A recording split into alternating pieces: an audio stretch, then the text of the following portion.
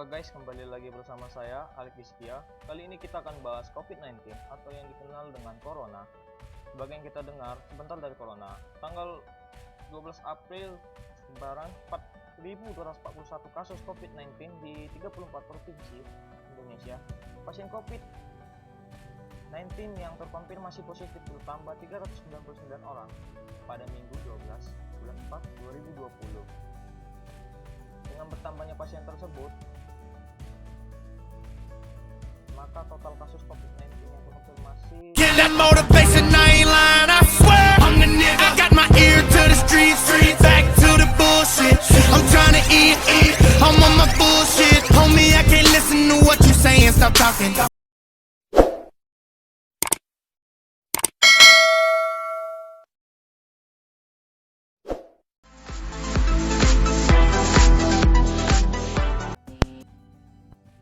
Oke, kita mulai dari yang di Wuhan.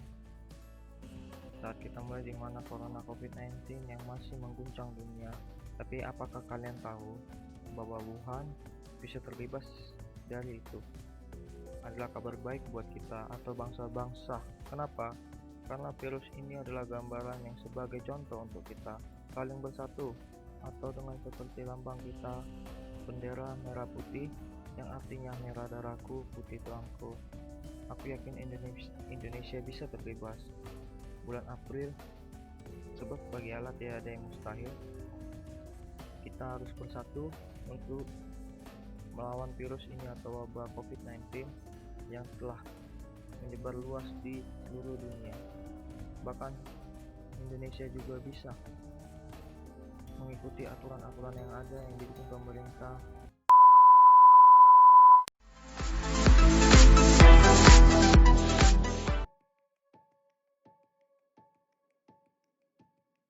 Update terbaru tanggal 12 April, 4.241 kasus COVID-19 di 34 provinsi Indonesia. Jakarta yang terkonfirmasi positif bertambah 399 orang pada Minggu 12 bulan 4 2020. Dengan bertambahnya pasien tersebut, maka total kasus COVID-19 yang terkonfirmasi positif di Indonesia menjadi 4.241 kasus. Kenapa tidak? Kasus positif yang kita dapat per hari ini sebanyak 390 orang, sehingga total menjadi 4.241 orang. Mari kita yakini penyebaran itu masih ada, guys. Kita harus mendengar arahan pemerintah. Kita tidak boleh keluar rumah, stay at home, isolasi, karantina di rumah. Amerika sekarang paling tinggi, mengalahkan Cina dan Italia. Kasus tertinggi kematiannya. Kita percaya Indonesia negara yang akan terbebas. Kita hanya perlu untuk bersabar sedikit, bertahan sehingga tunggu waktunya. Banyak orang sekarang yang menganggap ringan masalah ini, padahal ini masalah serius. Kenapa saya bisa bilang seperti ini? Kita bisa lihat jalan itu, dokter, bahkan ada medis juga yang kita tahu ada yang mayatnya nggak diterima karena dia terkena virus corona. Ini hanya masalah dia sudah membantu orang tapi dia tidak diterima. Jadi yang dilakukan itu dianggap sia-sia. Jangan pakai pikiran kalian itu pendek atau apapun itu. Kenapa? Karena dia sudah banyak membantu kita. Saya akan membuat ilustrasi dari mana corona berasal dan sampai saat ini kenapa bisa penyebarannya ada. Nanti saya akan di menit beberapa akan saya lanjutkan dengan animasinya. Semoga bermanfaat buat kita agar kita selalu menjaga diri. Sebab apa? Percayalah, bagi Tuhan tiada yang mustahil. Indonesia bisa terbebas, negara lain juga bisa terbebas kalau kita mengikuti arahan pemerintah. Kita harus juga berdoa. Masing-masing memiliki kepercayaan dan keagamaan, masing-masing memiliki juga percaya satu sama lain berdoa. Kenapa? Karena kita ini satu, Indonesia Tunggal Ika. Saya yakin dan percaya pandemi ini akan berakhir dan kita hanya cukup untuk bertahan, berdoa, dan kita harus bisa mencari potensi dalam diri kita saat kita di rumah. Gali. Dalam ilmu kevirusan, keluargaku dikenal dengan nama Corona Viridae. Nenek moyangku SARS dari Cina dan MERS dari Saudi. aku sendirian. Tapi setelah 24 jam, aku berkembang jadi jutaan kali lipat. Itu adalah singkatan dari Coronavirus Diseases 2019. Aku pertama kali muncul pada akhir tahun 2019 di kota Wuhan, China. Dan menyebar. Aku menyebar melalui percikan air yang berterbangan ketika batuk atau melalui beberapa jalan, bisa mata, hidung, atau mulut. Sekitar 2 sampai dengan 14 hari, tapi kebanyakan antara 5 sampai dengan 7 hari. Seseorang, aku menyerang dan merusak organ pernafasan. Aku paling suka lingkungan yang lembab, gelap, dan dingin. Baik tinggi, batuk kering, kelelahan, dan biasanya melalui sentuhan hidung, rongga mulut, atau kerongkongan. Selain tempat lembab dan dingin, aku suka keramaian, perkumpulan, dan minimnya kebersihan. Aku benci pada mereka yang diam di rumah, yang bersih badannya, yang lingkungannya kering dan sirkulasinya bagus, dan yang sering berkumur. Apakah Anda membunuh setiap orang yang Anda jakiti? Tidak. Kebanyakan mereka hanya menyebarkan ketakutan. Padahal sebenarnya 80% penderitaku sembuh tanpa pengobatan. Sedangkan 17% penderita memerlukan pengobatan dan perawatan. Kemudian mereka sembuh. Aku hanya membunuh sekitar 2 hingga 4%.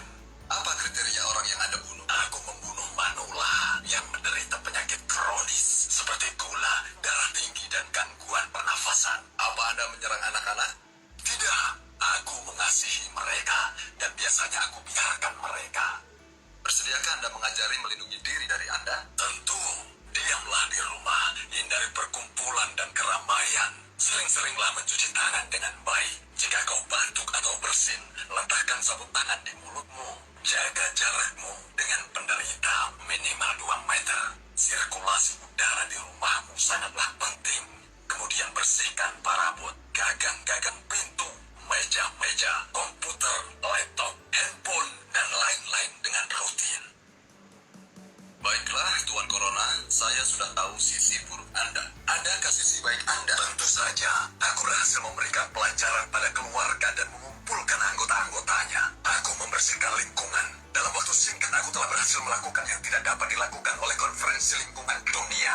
Aku telah menyingkap kelemahan keamanan kesehatan internasional. Aku menjelaskan betapa manusia itu lemah. Ku kembalikan mereka pada roh mereka. Semoga saja mereka melakukannya dengan tulus. Baik, Tuan Corona, apakah Anda merasa puas? Oh ya, aku berhasil mengguncangkan akal dan nurani manusia. Sejarah sebelum corona akan berbeda dengan setelah corona. Terakhir, Anda punya nasihat? Stay at home, diam di rumah hingga ditemukannya vaksin dan pengobatan corona. Baiklah, terima kasih atas waktunya, Tuan Corona.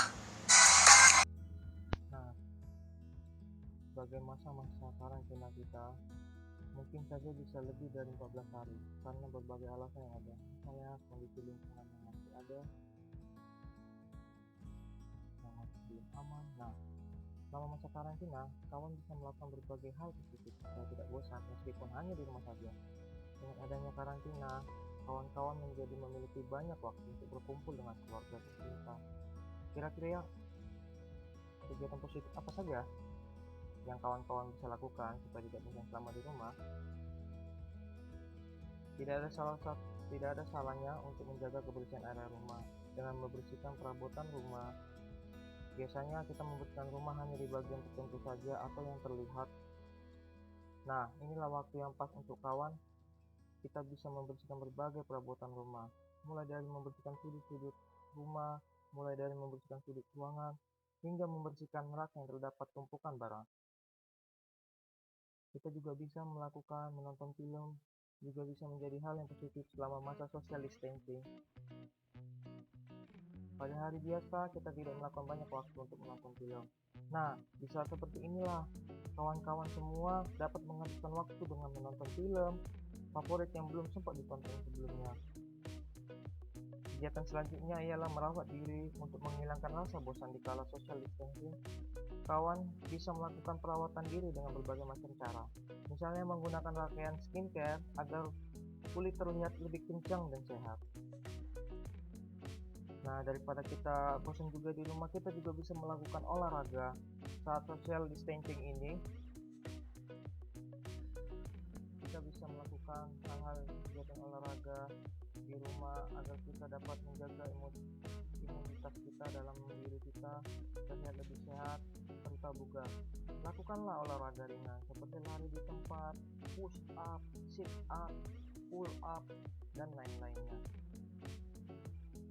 Ini juga untuk yang cewek cowok juga bisa dilakukan. Kita belajar memasak salah satu pilihan yang tepat. Meski memasak adalah kegiatan yang sangat umum untuk dilakukan wanita, tetapi kita juga yang cowok juga bisa melakukannya. Kita juga bisa membaca buku, menggali potensi, kita juga dapat bisa beristirahat agar kita tidak capek juga atau bosan.